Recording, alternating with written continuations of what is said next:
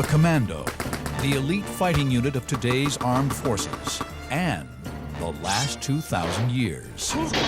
Ancient Discoveries is investigating how the super troops of antiquity operated in every terrain, from frozen Arctic wastelands to the deserts of Africa. What secret military hardware allowed an ancient Swedish army to operate and fight Russian invaders in deep snow? What tactics did U.S. fighters employ in the invasion of Iraq that are almost identical to those invented by Egyptian commandos 2,000 years earlier? How did the simple stirrup create a battlefield revolution of a kind not seen again until the modern tank? And why did the conquistadors send an elite unit on a life or death mission into the depths of a live volcano? The heroic history of the Commando is our ancient discovery.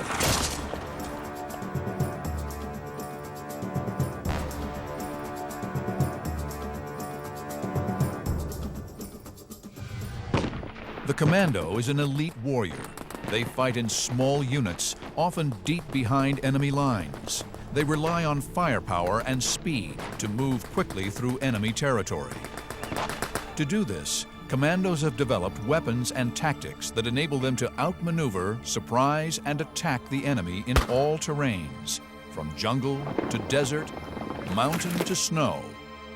Of all these environments, snow can be the most challenging for moving fast. Ancient Discoveries will reveal the world's first documented snow specialist commandos. Historian Robert Frost is investigating a text called A History of the Nordic Peoples, published in Sweden in 1555.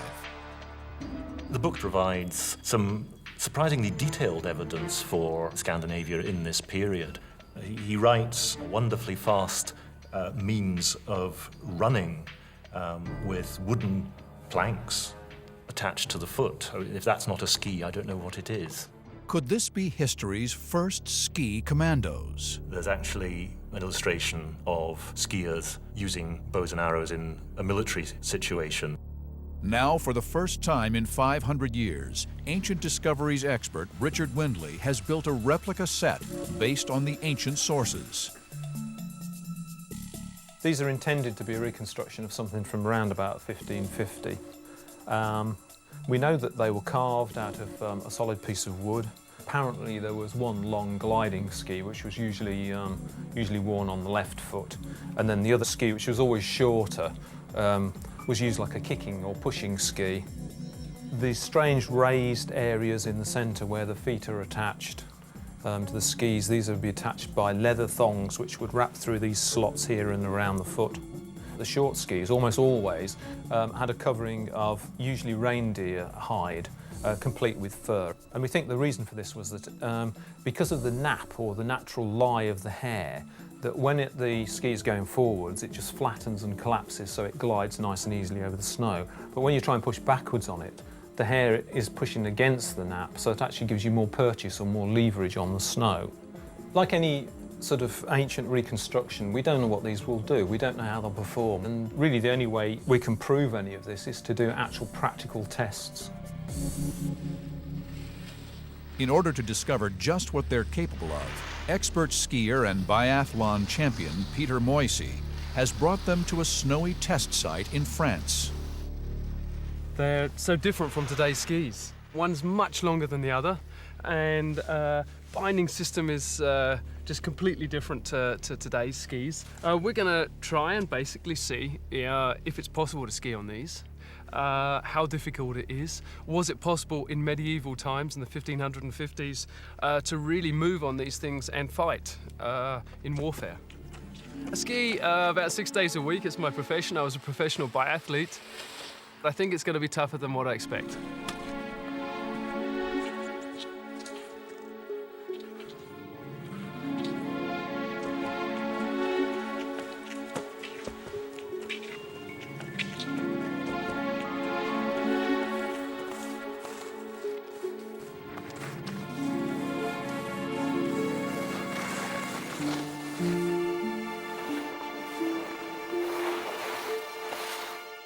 It's getting better and better. Feels good. Lot better than anticipated, really. Edging on the ski with the fur is fantastic. I'm pushing off on the reindeer fur, balancing and skimming the reindeer fur across to the next part. It's just a matter of balance, taking the weight off one ski, changing it onto the next ski. To evaluate the difference between skiing and running over deep snow, we are going to use a double exposure camera shot over a 100-yard course. Now, Peter must race against himself.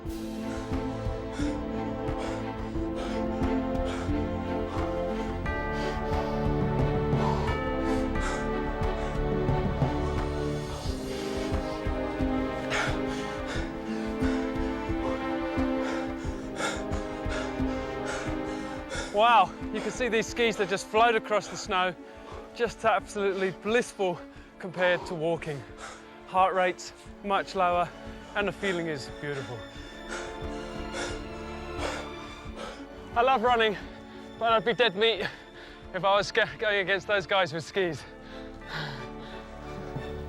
It would certainly affect a commando in the fact that he can basically ski for a much longer time, and nothing, he's not going to get so tired.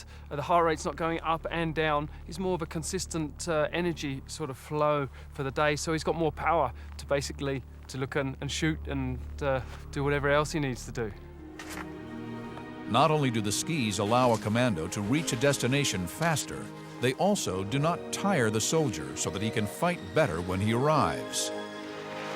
And it was this ability to move quickly on snow that allowed 1,000 Swedish commandos to defend their nation against a 30,000-strong Russian invasion force, outnumbering them 30-1.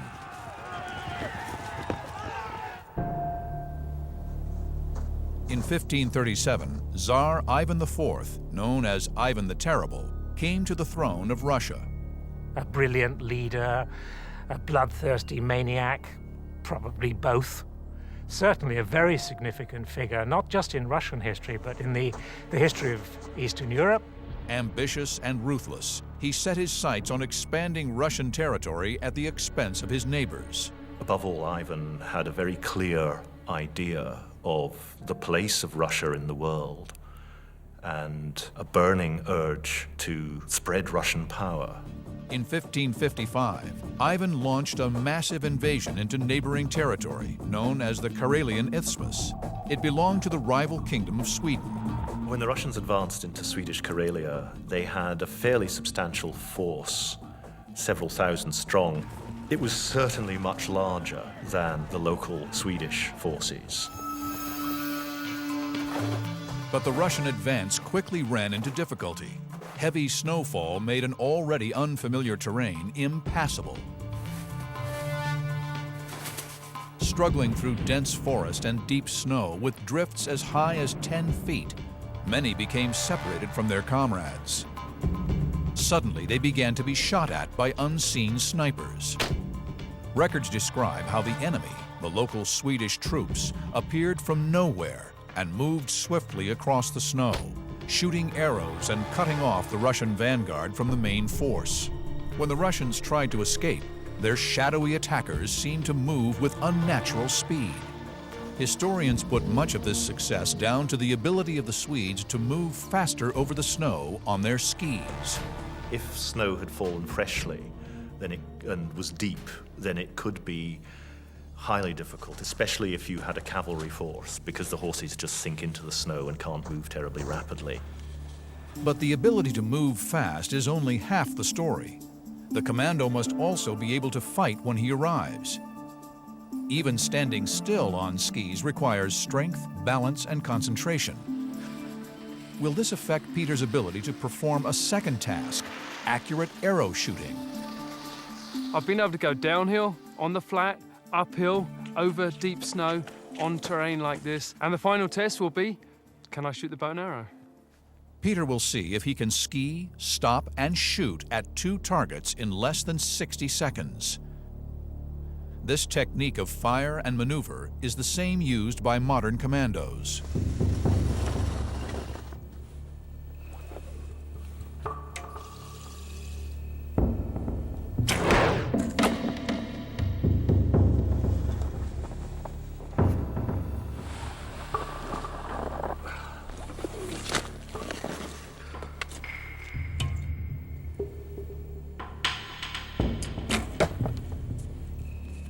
Peter hits both targets and moves off in just 54 seconds.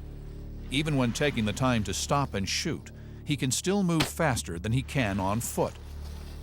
Yeah, there's no way that the Russians had any chance against the Swedish with this complete fantastic equipment that they've got. In their heyday, they would have been maneuverable, fast, and would have been able to hit the targets. As ancient discoveries has shown, the Swedish forces could move silently and quickly across snowy terrain on these early skis. Whereas their target was floundering around in the snow, they could move fast, shoot, stop and shoot and move on. And effectively, they cut off the Russian vanguard and destroyed it. The Russian army didn't stand a chance. Ambushed by Swedish ski-borne commandos, 900 were killed and thousands more abandoned their weapons before fleeing. Considering the forces involved, it was a major victory, and it was the ski troops that really won it. The ski commandos of Sweden saved their country from a mighty invasion force. But 500 years earlier, another innovative piece of military hardware had an even greater impact on the balance of power between great armies. It would reverberate through the next 1,000 years.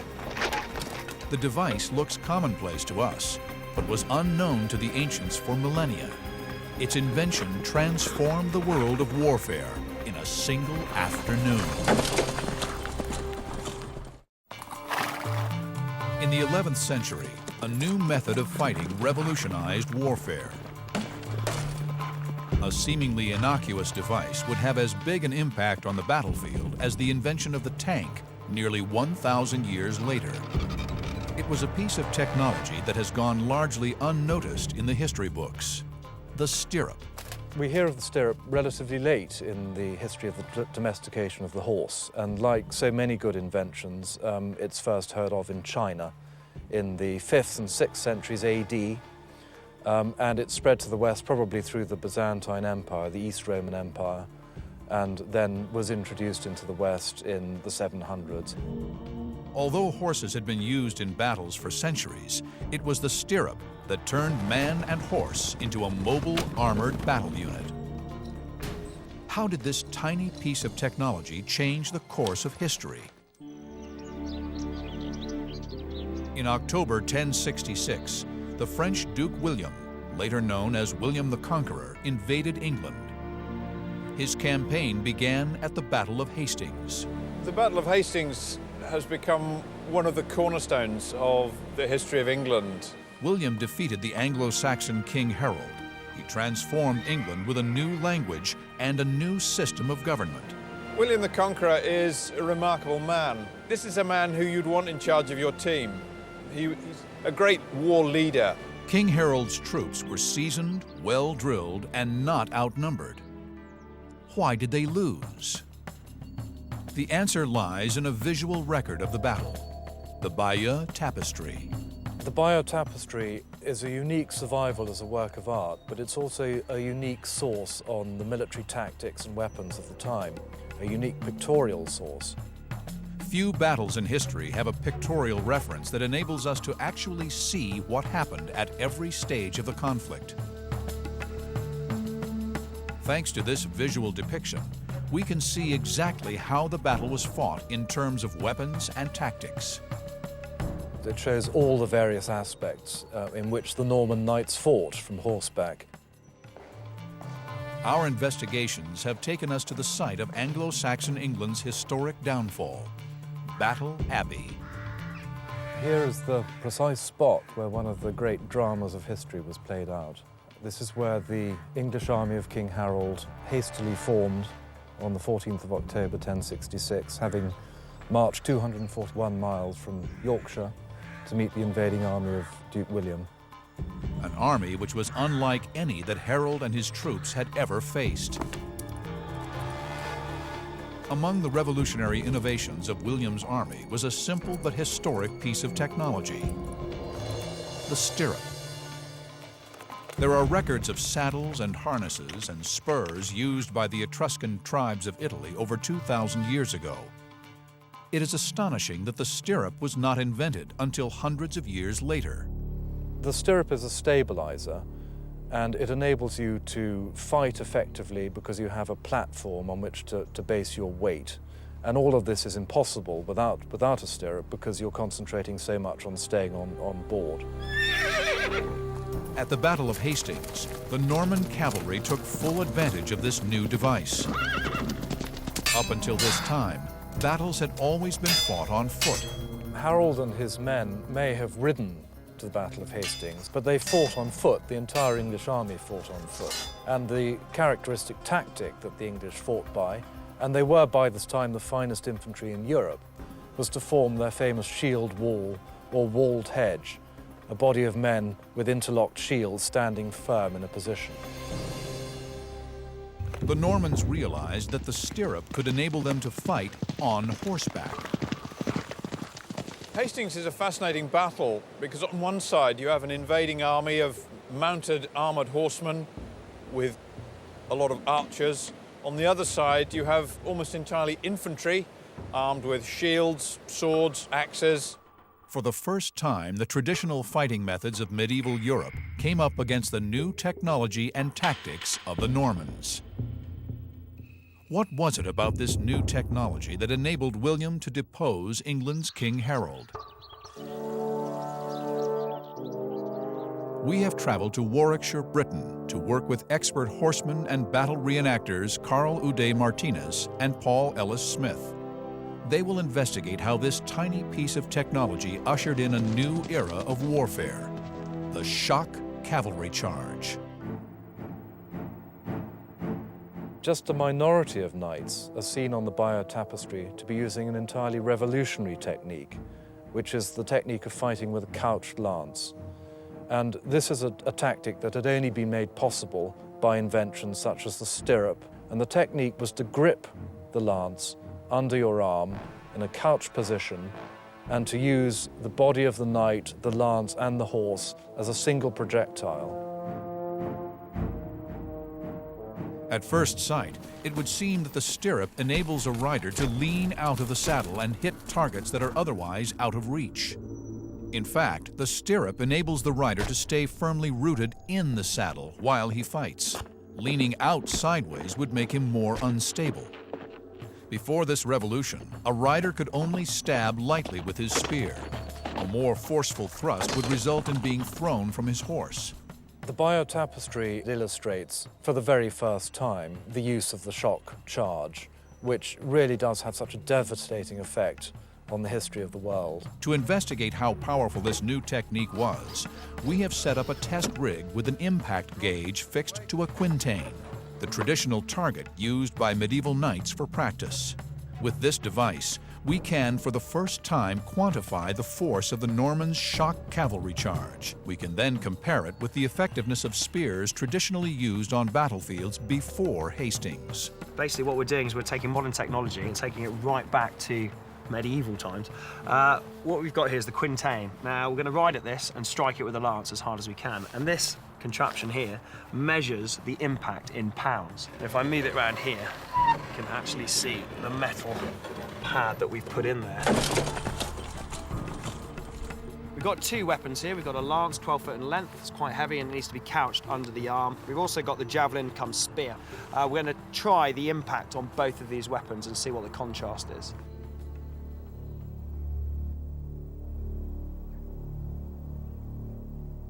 First, the lance with no stirrups. For centuries, the standard mode of attack.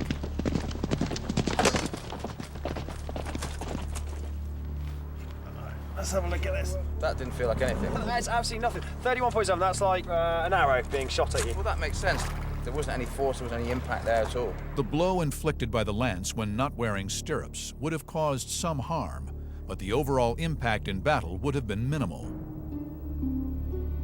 What difference will the stirrup and the couched lance make to the force of impact?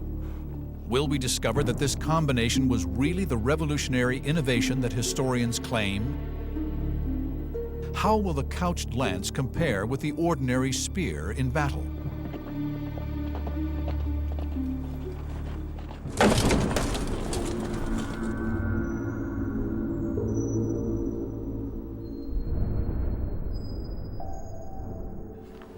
5,957 pounds. 5,957 pounds. That is absolutely amazing. That's one big hit. It felt like a big bang and knocked all the wind out of me. This amount of force is the equivalent of being hit by a car going at 70 miles an hour. The stirrup transformed rider, horse, and lance into a mobile armed unit capable of charging down any enemy in its path. This really was revolutionary because it enabled the cavalry to be transformed in a matter of years from an assault arm into a shock arm, and it was directly equivalent to the invention in modern times of the tank, in that it had that sort of dramatic impact on a battle.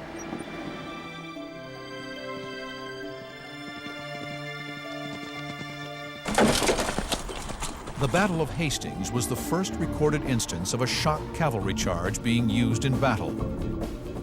It marked the beginning of a revolution in tactics. Spurred on by their success at Hastings, the Normans used it to devastating effect in the Crusades. To understand quite what a revolution had taken place, you only have to read descriptions by the Byzantine historian Anna Komnene, and she describes the Norman cavalry as being like a flash of lightning and cutting through the enemy. And she says in one memorable phrase that the Frankish cavalry was irresistible. It could bore its way through the walls of Babylon. And this is exactly what happened when it went on the First Crusade. The invention of the stirrup and its combination with the couched lance and heavy armor was a turning point in military tactics. Its implications would reverberate through history to the present day. Next, Ancient Discoveries asks, is this the world's first Molotov cocktail? And can it defeat the ancient world's fireproofing? Blood-soaked, fresh animal hide. Perhaps the best examples of modern commandos are paratroopers. Often dropped behind the lines, they are surrounded by the enemy. The ancient equivalent of fighting while completely surrounded was the siege. Commanders of besieged cities might break out and take the fight to the enemy. In 1191, an elite commando unit saved a city. They were called the Naftun, and they were specialists with fire.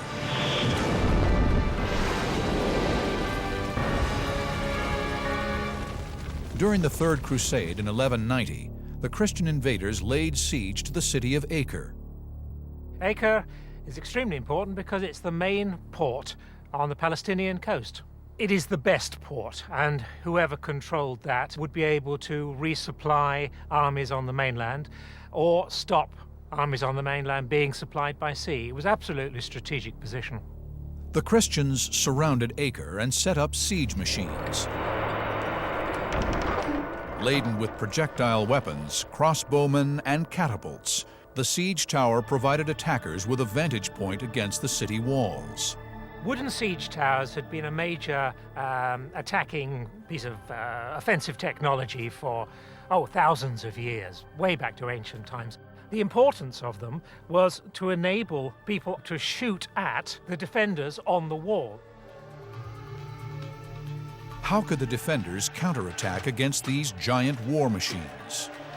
The only way that a siege tower could be destroyed or defeated, in a tactical sense, was to burn it. The garrison made sorties from the city in an attempt to burn down the siege towers.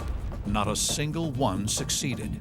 It seemed that the towers had been constructed with crude but effective fire resistance. The main way of defending a wooden structure like that was to actually put the hides of freshly slaughtered animals. So that's not leather, that is actually the skins of animals.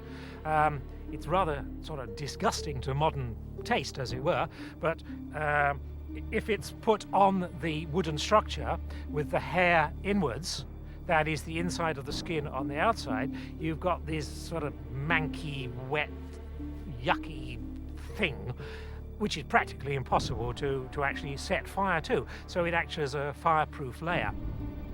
Richard Windley is researching how the defenders managed to negate the tower's fire defenses and save their city. An eyewitness account tells us that an elite commando was trapped inside the city. a member of the infamous Naftun Brigade. The Nafatun or Nafatine brigades were troops which were specifically trained in using fire weapons. Amongst their arsenal of incendiary weapons were a variety of grenades. Little ceramic vessels similar to the one I've got here. But the common consensus now is that they were probably naphtha grenades. Naphtha is a kind of distillation of crude oil. However, what use was an incendiary grenade against a non-flammable target? If the tower's covered in thick, wet, fresh hides, I think it's going to be incredibly difficult to actually get them on fire. The text tells the fascinating story of what this ancient commando did next. He didn't just light them and throw them straight at these siege towers. He threw quite a lot of them unlit. So the attackers thought, oh, well, what's this? This is nothing. This is just nonsense, and treated it with a certain amount of derision. The Crusaders ridiculed the defenders, as after a long barrage of unlit grenades, not a single flame was to be seen.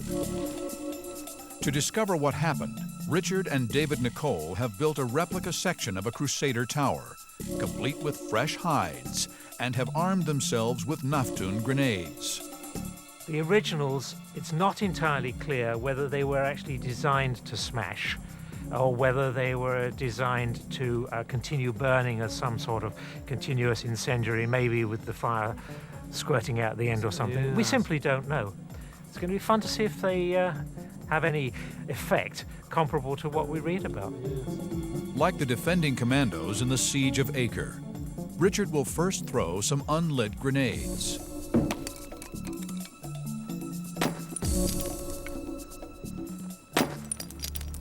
The inflammable naphtha from the unlit grenades soaks the tower so that when the lit one strikes...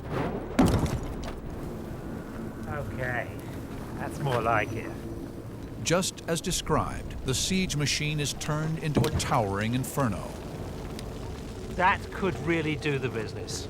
If you throw the stuff and let it sort of spread and absorb but it doesn't catch fire, it gets into the machine, the vapor gets into the machine, then you ignite it, and then that would hopefully be fed again and again. Once the fire's going, they're going to chuck in as many of these things as they can to keep the thing going. Look, we got it going. I think the people in that tower had better get out soon. We managed to get the wood going. You could actually smell, rather disgusting, smell of burning flesh in there. The ingenious attack was a triumph.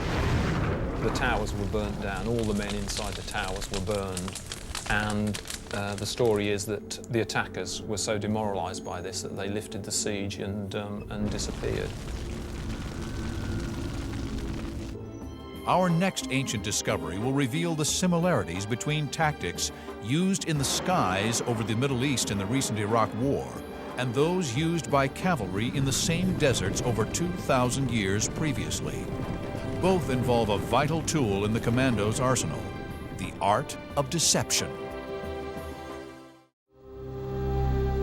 2,000 years ago, the Egyptian King Ptolemy I used classic commando techniques to defend his country against a massive cavalry invasion.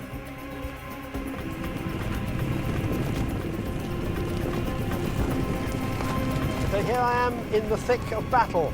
I'm surrounded by Arab horsemen. We only have 10 of them, but you can imagine that if this was a proper battle in the ancient world, there would be hundreds or thousands. And to a guy on foot, it really is, believe me, quite a scary prospect. And I would literally, of course, be taking my life in my hands, as I think I probably am at the moment. Ancient historian Mai Trau is in Egypt investigating a cavalry maneuver that used an important tactic of commando attacks right up to the present day: military deception. During the invasion of Iraq, U.S. forces sent decoy jets on simulated bombing runs over the desert. The Iraqis attacked with anti-aircraft missiles, wasting ammunition and giving away their position. But ancient commandos were also masters of deception. In 323 BC, Alexander the Great died. His generals fought over his empire. Ptolemy claimed the Egyptian throne. Another general, Perdiccas, wanting to rule the whole empire, invaded Egypt. 9,000 men. He had infantry, hardened men who had fought with Alexander for years. And above all, he had cavalry. Perdiccas had many more troops than Ptolemy. They were the toughest soldiers in the ancient world, battle-hardened in Alexander's campaigns from Greece to India. Ptolemy has to find a way of stopping that army that is twice his size, that is enormously organized and skilled and brilliantly equipped. Just the sight of this army moving must have been a terrifying spectacle. It may have been, who knows, the very sight of that formidable army that gave him the clue, the dust cloud that the army sent up. If Ptolemy could create a similar-sized dust cloud, he might be able to trick Perdiccas's commanders into believing they were up against a much larger force. If you can actually create the idea, the illusion, in this land of illusion, that somehow you have got vast numbers where actually you only have a handful, then that will give you an incredible psychological edge. But how to create a dust cloud associated with an army of thousands? Obviously, Ptolemy did not have enough horses to create the kind of dust that we're thinking of. But what he did have was plenty of domestic animals all over Egypt, and he used those to create the effect. He tied brushwood to their tails, and he would have them driven across the desert, creating clouds and clouds of dust to make it appear to anyone watching that there was a vast army standing in Perdiccas's way. Mai wants to discover whether this is possible. First, we will see how much dust is created by a group of horses, and then see if a group of domestic animals can raise the same sized cloud, if not bigger. On the hill behind me, you can see 10 magnificent Arab horses and their riders. And they're coming towards us as many more of them would have done at the Battle of Pelusium. The dust kicked up by just 10 horses is clearly visible across the sand. The faster they ride, the more dust, the more terrifying, the more noise.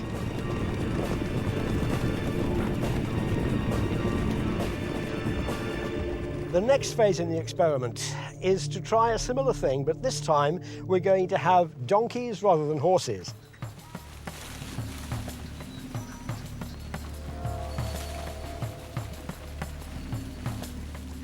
Now, I can't tell who they are. I can't tell what they are. All I can see is dust, and a lot of it. I know, in fact, that there are only 10 donkeys there, and just look at the dust that's being created. We only have 10 donkeys there, but obviously Ptolemy had more than that. Imagine the effect the dust would have if there were 20 times that number. So Ptolemy would be able to make that plus to an incredible degree. We've got to imagine ourselves in the place of Perdiccas' army. They weren't to know that, in fact, it was simply an old-fashioned con trick. Mai has discovered that by using brushwood, 10 donkeys produce much more dust than 10 horses, giving the illusion of a far greater attacking force. The experiments that we've carried out today have proved to me conclusively that Ptolemy got away with a very, very clever stratagem indeed. It was all about thinking on your feet. It was all about outwitting the enemy if you can't outman him. And that is exactly what Ptolemy did. The war ended before it began. Thousands of former comrades in arms were saved from death. Perdiccas failed, and he paid the price. His run had come to an end. Armies do not forgive generals who lose, and his own men turned on him. They mutinied, and he was stabbed to death, his dreams of being the next Alexander gone forever. Victorious Ptolemy became the first king of Egypt. His legacy still survives today. It was probably very good that Ptolemy got Egypt and he retained strong hold of it, because he managed to found the last dynasty of Egypt. And without this, if Egypt had been sort of torn apart by conflicting generals, then we would not have had Egypt lasting for another 300 plus years. Thanks to Ptolemy, Egypt has dominated our imagination right up to the present day. Mai has discovered the truth behind one of the most important non-engagements in history. One not through brute force, but but through cunning and intelligence. Our final ancient discovery reveals the story of one of the bravest commando operations of all time. It was not against a human enemy, but against nature itself. Throughout history, men have traveled to the ends of the earth in the pursuit of wealth and glory. But rarely has humanity seen such bravery as to venture into the fiery depths of hell itself. Ancient Discoveries reveals what drove a band of elite commandos to venture where no man dared, into the crater of one of the world's most volatile volcanoes. 29 years after Columbus's discovery of the Americas, a small band of Spaniards, known as the Conquistadors, fought the native Aztecs for control of Central America. It was a campaign that would destroy a whole civilization and change the face of the continent forever. Mexico was a huge territory, undiscovered, where they thought they were going to find what they were looking for, gold. Led by the Spaniard Hernán Cortés, the religious zeal and lust for wealth of the conquistadors inspired their mission with ruthless determination. Cortés was desperate for gunpowder. Firearms were his principal advantage over the Aztecs. He was running short. He needed to make more, and for that he needed 3 ingredients: charcoal, saltpeter, and sulfur. Charcoal and saltpeter were no problem to him. It was the sulfur he desperately needed. Sulfur was usually extracted from rock using elaborate furnaces.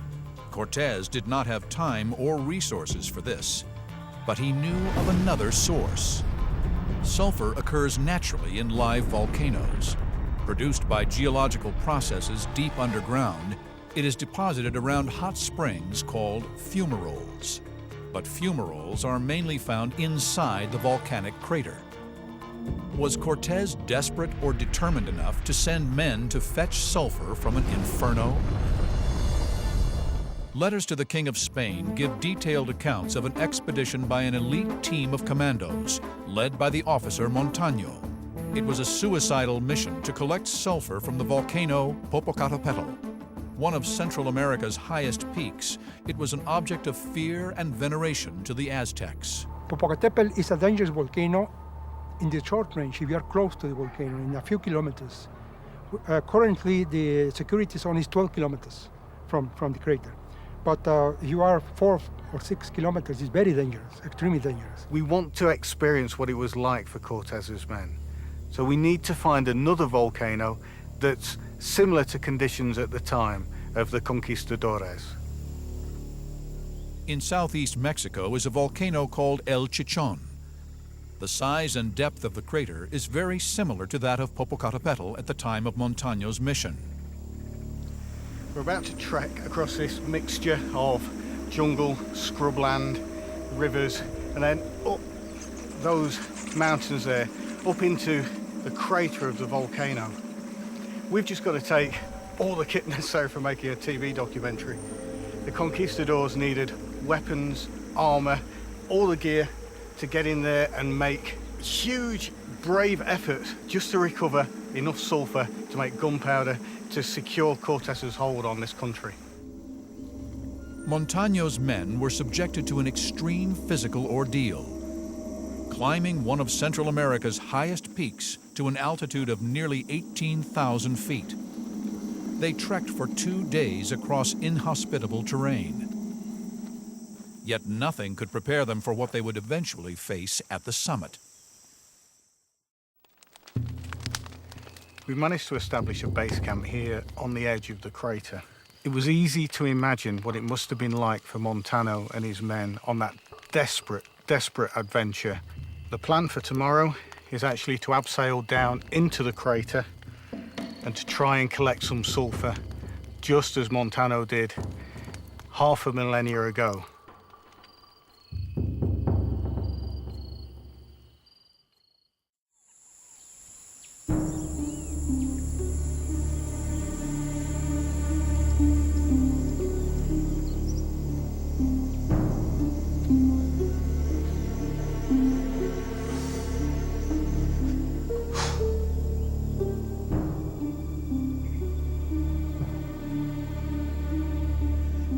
word for that. Awesome.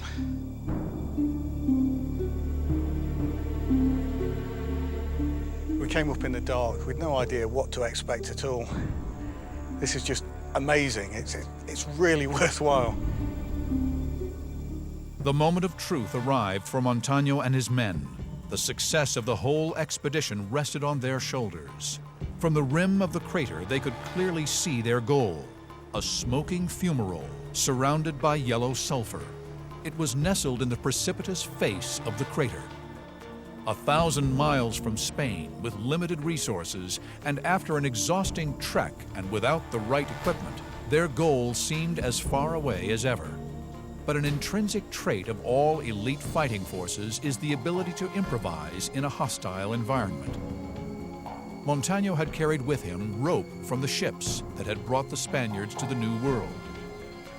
Because he lacked local resources, Cortés had ordered all his ships to be dismantled. Montaño's rope was once part of the ship's rigging. All that was now needed was to improvise containers for the sulfur and the courage to descend. Without the aid of modern climbing equipment, Montaño took the first leap of faith. Popocatépetl's massive crater plummets 1,000 feet. Montaño's men had only enough rope for a 100-foot descent, leaving them dangling over a 900-foot drop. More important, there was the ever-present danger of eruption, falling rocks, and suffocation from poisonous gas. With only a relatively short amount of rope, Montaño could only descend a tenth of the crater's depth. John is taking his life in his hands, as Montaño's men did. El Chichón is still active, and so dangerous that John will be the first to set foot here since its last eruption 25 years ago.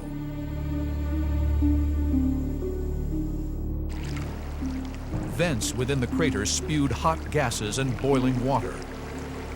Many of the fumes here can kill, but they also produce the yellow golden sulfur that Montaño so desperately needed. Not wanting to remain any longer than they had to, the ancient mountaineering commandos set to work to collect an astonishing 300 pounds of sulfur. That's enough to make 2,600 pounds of powder. That's a huge amount. That's enough that every single one of Cortés's gunners, he had 80 men with muskets, each one of those would have enough powder for 350 shots. That's enough powder to secure his hold on Mexico and to complete his conquest. Now fully armed and with their technological advantage secure, little could stop Cortés's men. In only a few years, the Aztec population was destroyed and a great empire was brought to its knees. Whilst I might not have a lot of time for the conquistadors and what they did to Mexico, there's no way I can have anything other than total admiration and respect for Montaño and his crew. Montaño's heroic mission to climb into a live volcano became the stuff of legend. It was one of the turning points in Cortés's conquest of Mexico. Today, Mexico is the most populous Spanish-speaking country in the world. Montaño's quest for sulfur changed the face of a continent. The ancient commando faced death in the harshest conditions in which the soldier is called upon to serve. Facing impossible odds, they used invention and ingenuity to overcome adversity. From the ski troops of the ancient Arctic to the dust warriors of ancient Egypt, the weapons and tactics of the ancient commando are still used by the modern soldier to fight and prevail.